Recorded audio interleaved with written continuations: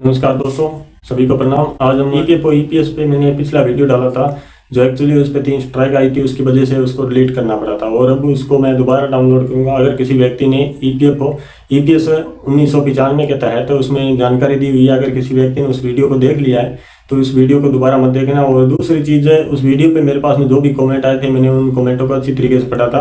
उन कमेंट के अंदर कुछ नेगेटिव कमेंट आए थे, कुछ पॉजिटिव आए थे। नेगेटिव कमेंट आए थे उनका भी सम्मान करते हैं, क्योंकि उन्होंने जो एक बात बोली वो मेरे को भी कहीं ना कहीं अच्छी लगी थी कि ये जो हमने कई सालों से सुन रहे हैं इसमें कुछ हो नहीं रहा है। तो मैं आपको एक चीज़ बता दूं, चाहे कुछ लोगों को हो सकता है बुरा भी लगे और कुछ लोगों को अच्छा लगे, क्योंकि ईपीएस पे जो भी आंदोलन करते हैं ना उसमें सबसे ज्यादा राजनीति होती है। क्यों होती है राजनीति? ईपीएस के अंदर सिर्फ 4 ही ऐसे पॉइंट है जिनमें बदलाव किया जाए तो सही हो जाएगा। उसके अंदर एक बार पार्लियामेंट में कोई बिल पास कर दिया जाता है, वो एक सीमित समय के लिए होता है, और जैसे भी उसके अंदर कोई साल या 2 साल होता है तो उसके अंदर क्या है, फिर वो महंगाई दर बढ़ती है और फिर वो बिल है जो उसके खिलाफ अपने को विरोध करना पड़ता है। इससे अच्छा है कि एक बार कोई चीज पे विरोध करो ताकि वो एक साथ ही उसमें पूरा कॉन्टेक्स्ट क्लियर हो जाए, तो अपने को बार बार विरोध भी नहीं करना पड़ेगा और अपने को समय के हिसाब से जैसे महंगाई दर बढ़ेगी उसी हिसाब से अपने को उसमें जो ईपीएस की अपने पेंशन है वो जनरेट होती रहेगी। और दूसरा चीज जो अपने यूट्यूब पे लगभग करीबन 1000 चैनल ऐसे हैं जैसे जो कोई ईपीएफओ और ईपीएस पे वीडियो बनाते हैं। अगर ये व्यक्ति सभी मिलकर सपोर्ट करें तो लगभग मेरे को लगता है कुछ ना कुछ फर्क पड़ सकता है। तो जो यूट्यूब के जितने भी चैनल हैं मैं उनसे भी रिक्वेस्ट करता हूं कि आप जिसको भी फॉलो करते हैं उनसे बोलें कि ईपीएस पे कुछ ना कुछ वीडियो बनाए ताकि हमें कुछ ना कुछ सपोर्ट मिल सके। क्योंकि इसमें जो 15,000 का मैंने आपको बताया था 1250 का, उसके अंदर मैं आपको बताऊंगा आज ईपीएफओ के अंदर है 2 बदलाव और 2 बदलाव ईपीएस में, ये 4 बदलाव हो जाए उसके बाद में आप कमेंट करके बताना कि मेरे द्वारा बताई गई जानकारी से कितना फर्क पड़ेगा। मुझे लगता नहीं है कि इसके बाद में कोई आंदोलन करना पड़ेगा। अब अपने वो महत्वपूर्ण 4 पॉइंट है उनके बारे में जान लेते हैं। नहीं करवाने वाली चीज है ना वो सिर्फ 4 ही चीज है। एक तो टीडीएस चाहे आप ईपीएफओ के राशि निकालो चाहे ईपीएस की निकालो, दोनों में 10% टीडीएस इंक्लूड है। दूसरा ईएसआई कार्ड, हर व्यक्ति को ईएसआई कार्ड मिलना चाहिए, ये सैलरी का अपने 0.75% है। और तीसरी चीज है ईपीएस के अंदर इंटरेस्ट ऐसे बोल रहा हूं मैं ताकि ईपीएस का जैसे ही थोड़ा महंगाई दर बढ़ेगी तो ईपीएस की वैल्यू बराबर लेने के लिए ये सबसे अच्छी चीज है इंटरेस्ट। और तीसरी चीज है इसके अंदर सैलरी स्लिप, क्योंकि आजकल लिमिटेड कंपनी हो चुकी है, लिमिटेड के अंदर सैलरी स्लिप मिलेगी तो उस व्यक्ति को यह पता चलेगा कि मेरी सैलरी कहाँ पे कितना फंड मेरा कटा है। इसके बारे में अपने एक के बारे में अच्छी तरीके से थोड़ी और जान पॉइंट वो होता है टीडीएस का मैं इसलिए बोल रहा हूँ क्योंकि मैक्सिमम जो आजकल अपने प्राइवेट के अंदर देखते हैं वो लिमिटेड सिस्टम हो चुका है। ये लिमिटेड के अंदर क्या होता है, ये कंपनी को एक कंपनी जैसे कोई फार्म हाउस है या कोई इंडस्ट्रीज एरिया या कोई और ऑफिस वगैरह, तो इनके अंदर क्या है कोई बाहर से दिल्ली की या बॉम्बे की जो भी कंपनियां बड़ी कंपनियां उनको टेंडर दिया जाता है। और मैक्सिमम टेंडर कितना होता है, इनका जो एग्रीमेंट होता है वो होता है 4 साल का एग्रीमेंट। 4 साल का 4 साल के बाद में क्या इनका एग्रीमेंट खत्म हो जाता है और दूसरी कंपनी यहाँ पे इंक्लूड हो जाती है। जब दूसरी कंपनी आती है तो प्रॉब्लम ये होती है कि 1-2 महीने या 3 महीने का अपने को गैप दिखाना पड़ता है, क्योंकि इसके अंदर कंपनी साहब बोलती है कि आपको कम से कम 3 महीने का गैप होने के बाद में हम दोबारा ज्वाइनिंग दे सकते हैं, नहीं तो आप परमानेंट का दावा कर सकते हो। ये भी एक प्रॉब्लम है कि आप परमानेंट का दावा करोगे तो इनके परमानेंट हो जाओगे, इनको सैलरी ज्यादा देनी पड़ेगी, इन्होंने मना कर दिया, इसलिए वो टेंडर चेंज करते हैं। दूसरी चीज मैं बताऊं, ये लिमिटेड कंपनी है, अब क्या सिस्टम कर दिया, पहले ये सिस्टम नहीं था लेकिन 2020 के बाद में ये सिस्टम कर दिया है कि आपको एक सिक्योरिटी जमा करवानी पड़ेगी। सिक्योरिटी कितनी होती है, जैसे आपकी सैलरी 15,000 रुपये है तो ये करीबन 20,000 रुपये उसके अंदर चार्ज करते हैं, 20 चार्ज कि यहाँ पे आपको 20,000 रुपये सिक्योरिटी जमा करवानी पड़ेगी। हालांकि ये जब सिक्योरिटी लेते हैं तब ये चीज बोलते हैं कि आप जब भी इन कंपनी का टेंडर पूरा होगा तो आपको सिक्योरिटी वापस दे दी जाएगी, लेकिन ऐसा कोई सिस्टम नहीं है, कोई सिक्योरिटी वापस नहीं मिलती है। टोटल का टोटल पैसा रख लेते हैं, उसके बाद में कंपनी आपका कॉल ही नहीं उठाती है। मैं बता रहा हूँ, आप चाहे किसी से पता कर लेना, किसी ऑफिस या फार्म हाउस या इंडस्ट्रीज के अंदर व्यक्ति काम कर रहे हैं उनसे पता कर लेना। ये मैंने बहुत जगह पता किया है। लोग मेन प्रॉब्लम क्या है, कोई भी आके सामने बोलना नहीं चाहता, क्योंकि जो अकुशल मजदूर वर्ग है वो नहीं बोलना चाहता, उनको पता है यहाँ बोलेंगे कल कंपनी हटा देगी, सबसे ज्यादा प्रेशर होता है इनका ये सिस्टम है। दूसरा मैं आपको बताऊँ, अगर 4 साल कोई व्यक्ति रहा है 3 महीने उसको जॉब नहीं मिलती है, 3 महीने, और उसके बाद में ऊपर से 20,000 रुपये ये कंपनी मांगती है सिक्योरिटी की, तो उस व्यक्ति को मजबूर होकर इस ईपीएस को निकालना पड़ेगा, ईपीएफओ को, चाहे वो ईपीएफओ को थोड़ा राशि निकाले। अगर वो 3 महीने यहाँ पे रह चुका है तो 3 महीने में अपने मान सकते हैं लगभग घर का खर्च मानता हूँ 45,000 रुपये हो जाएंगे, फिर 20,000 रुपये इनको देने पड़ते हैं, ये 20,000 रुपये। अब यहाँ पे मानिए तो लगभग ये टोटल 65,000 रुपये हो चुके हैं। अब वो 65,000 रुपये कहाँ से लेके आएगा, एक मजदूर वर्ग आदमी है, वो सिर्फ उसके पास एक ही है सिस्टम कि मैंने 4 साल इसके अंदर डिपॉजिट किया, मैं इस पेमेंट को निकालूं। और सरकार ने क्या बोला है, 5 साल से पहले आपके टीडीएस लगेगा। तो 5 साल से पहले अगर उस व्यक्ति ने कोई 70,000 रुपये निकाले हैं, मैं यहाँ पे 70,000 रुपये कर देता हूँ, सॉरी 70,000 रुपये हो रहे हैं, 70,000 रुपये करने के बाद अगर निकालेगा तो उसके 7,000 रुपये टीडीएस में चले जाएंगे, 7,000 के।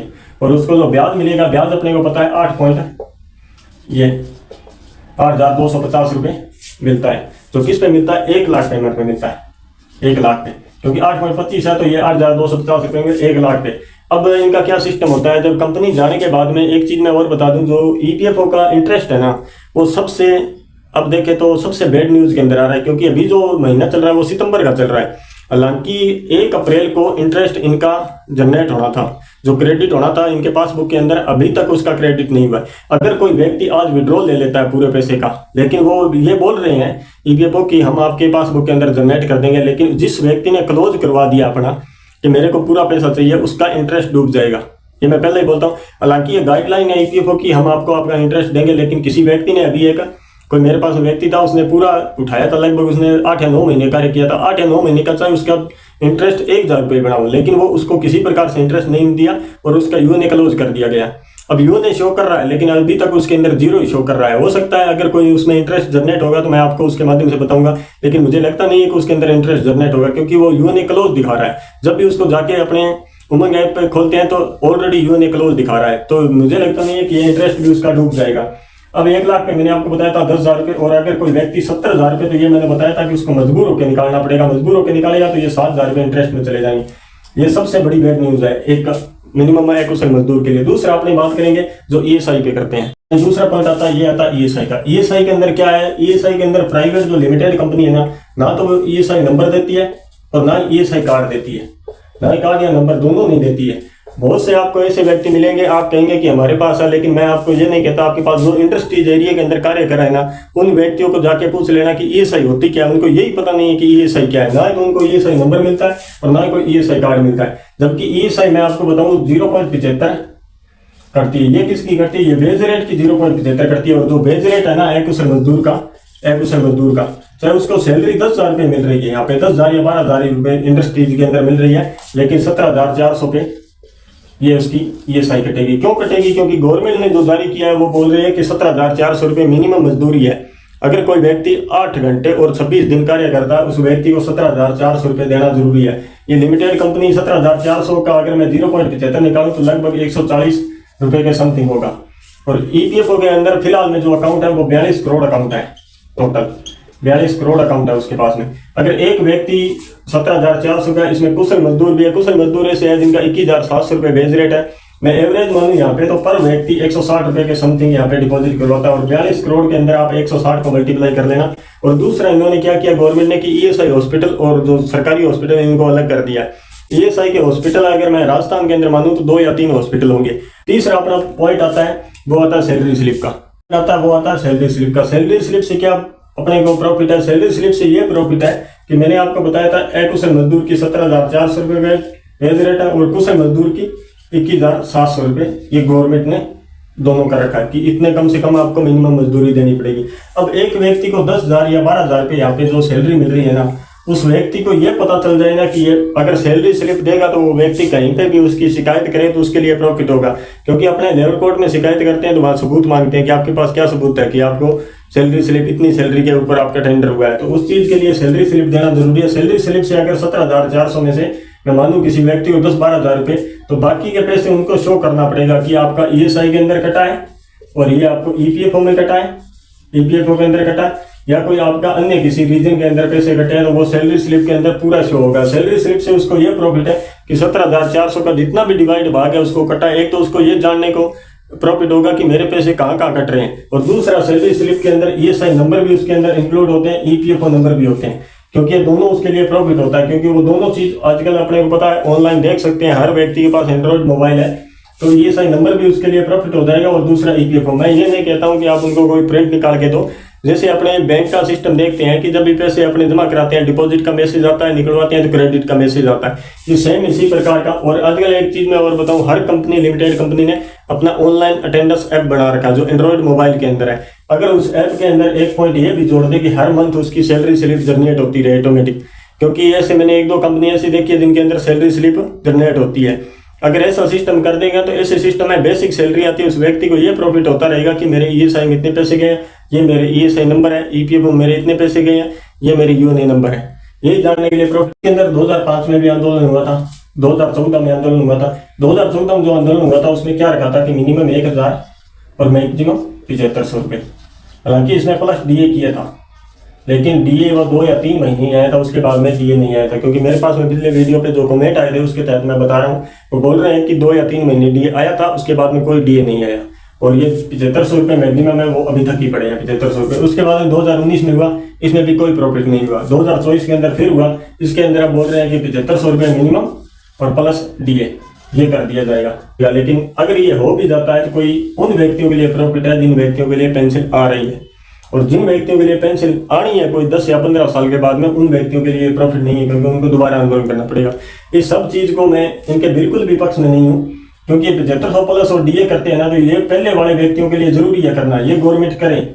लेकिन मैं इस चीज पे बात करता हूँ कि इस पे इंटरेस्ट लागू करें। इंटरेस्ट एक ऐसी चीज है कि जैसे जैसे महंगाई दर बढ़ेगी, जैसे अब 8.25 का इंटरेस्ट है ईपीएफओ का, तो ये भी ईपीएस के अंदर लागू कर दो, ईपीएस के अंदर, ताकि अपने को पता है 8 या 9 या 10% प्रतिवर्ष महंगाई बढ़ती है, तो प्रतिवर्ष महंगाई बढ़ेगी तो ये इंटरेस्ट को साथ लेके चलेगा। और जो अपना ईपीएस कट रहा है उस पर इंटरेस्ट जनरेट होता रहेगा। किसी व्यक्ति ने 10 साल जॉब किया तो उसको कम मिलेगी, जिस व्यक्ति ने 30 साल प्राइवेट के अंदर जॉब की है तो उसको ज्यादा मिलेगी। ये एक थोड़ा कम और ज्यादा के अंदर डिफरेंट हो जाएगा। दूसरा, ये जो टोटल करते हैं ना, ये अपने को पता है कि अपने जैसे किसी व्यक्ति को अभी इन्होंने 15,000 का रखा है, ये 15,000 इंटू अपने यहाँ किसी ने 10 वर्ष जॉब किया है, और डिवाइड ये 70 से कर रहे हैं। 70 से डिवाइड करने पे यहाँ पे जो आता है ना, वो 2142 रुपये के समथिंग आता है। 2142 रुपये, ये 2142 रुपये क्यों आता है? क्योंकि आप जो 10 साल के अंदर डिपॉजिट कर रहे हैं ना, 1.50 यानी 1,50,000 रुपये डिवाइड कर रहे हो, ये आपको 1 साल के ऊपर उसका परसेंट निकाल के देते हैं। जैसे यहाँ पे 2142 रुपये, 2142 रुपये को अगर मैं 12 महीने के अंदर डिवाइड करूँ तो 21 और 42 लगभग 25,700 रुपये 1 साल के अंदर आपको पेंशन देते हैं। एक मैसेज आया था कि ये 70 से डिवाइड क्यों करते हैं, तो उन व्यक्तियों को मैं बता दूं, 70 से डिवाइड करने का 1.50 अपने यहाँ पे निकालते हैं ना, 1.50 का आप परसेंट निकाल लेना। परसेंट निकालने के क्या है, आप 17.2% से करोगे तो यहाँ पे लगभग ये आएगा 25,900 कुछ रुपए आएंगे, 25,900 रुपए के समथिंग आएंगे। यानी कि आपको 17.2% प्रति वर्ष से दे रहे हैं। यहाँ पे 17.2% तो अच्छी बात है दे रहे हैं, लेकिन एक चीज मैं आपको बताऊं, किसी व्यक्ति ने 22 साल की एज में जॉब स्टार्ट की, चाहे उसने कितनी भी जॉब की हो, ये चीज नहीं है। ये सिर्फ आपके जैसे जैसे आपकी रकम बढ़ेगी उस पर 17.2 इन्होंने फिक्स कर रखा है। आपने जॉब की, अब ये देंगे आपको, जो देंगे 58 वर्ष की एज में। अगर मैं इसमें 58 में से निकालूं 36 साल बाद में आपको क्या मिलेगा, 17.2% टोटल रकम का 17.2 मिल रहे हैं, ये तो अच्छी बात है। लेकिन इसके अंदर इंटरेस्ट हो तो ये रकम बढ़ेगी। तब यहाँ पे 17 की जगह अगर सरकार इसको 12 या 12 भी देना तो भी प्रॉफिट है। क्यों प्रॉफिट है? क्योंकि 36 साल के अंदर अपने को पता है, आप कहीं पे भी 1250 रुपये को डिपॉजिट करवा के देख लो कि आपका, मैं किसी बैंक या किसी और से कॉन्टैक्ट करके देख लो, या आप एक बार पता भी करके देख लेना कि मैं 1250 रुपये पर मंथ डिपॉजिट करवा रहा हूँ, तो मेरे को 58 वर्ष की एज के अंदर सीनियर सिटीजन बोलते हैं, 58 वर्ष के बाद में सीनियर सिटीजन की एज में मेरे को कितना प्रॉफिट है वो आपको पूरा बता देगा। दूसरा, आप गूगल पे भी सर्च कर लेना कि अगर मैं किसी व्यक्ति को आरडी करवाता हूँ, चाहे आप एसबीआई जो स्टेट बैंक ऑफ इंडिया है उसके अंदर सर्च करके देख लेना कि मैं 1250 रुपये पर मंथ 36 वर्ष डिपॉजिट करवाता हूँ, उसके बाद में मेरे को कितने पैसे मिलेंगे। यहाँ पे आप अगर 35 वर्ष जॉब करते हो ना, तो 35 वर्ष के बाद में 5,25,000 रुपये ये वो पैसे हैं जो सिर्फ आप 1250 रुपये डिपॉजिट करवा रहे हो।